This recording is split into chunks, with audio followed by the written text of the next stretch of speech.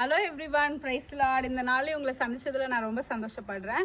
இன்னைக்கு ஒரு வசனத்தை நான் உங்ககிட்ட காண்பிக்க விரும்புகிறேன். ஏசாயா 40வது அதிகாரம் 12வது வசனம் சொல்லுகிறது, தண்ணீர்களை தமது கைப்பிடியால் அளந்து வானங்களை ஜனநலவாய் பிரமாணித்து பூமியின் மண்ணை மரக்காலில் அடக்கி பர்வதங்களை துலாக்கோலாலும் மலைகளை தராசாலும் நிறுத்தினவர் யாருன்னு சொல்லிட்டு உங்க எல்லாருக்குமே ஒரு கேள்வி இருக்கும், என் பக்கத்துல இருக்கிறவர் யாருன்னு சொல்லிட்டு.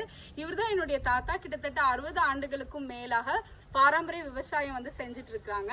ஸோ அவருடைய கையில இருக்கிறது தான் இந்த பைபிள்ல சொல்லப்பட்டிருக்கிற மரக்கால் என்பது சொல்லி வேதம் சொல்லுகிறது.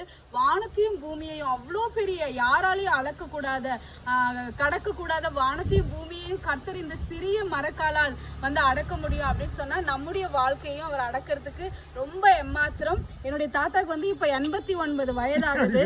தாவீது சொல்றபடி இதுவரை நடத்தியதற்கு நான் எம்மாத்திரம், என் குடும்பம் எம்மாத்திரம் என்று சொன்னது போல கர்த்தர் இந்த சிறிய மரக்காலை கொண்டு பெரிய காரியங்களை செய்தது போல நம்முடைய வாழ்க்கை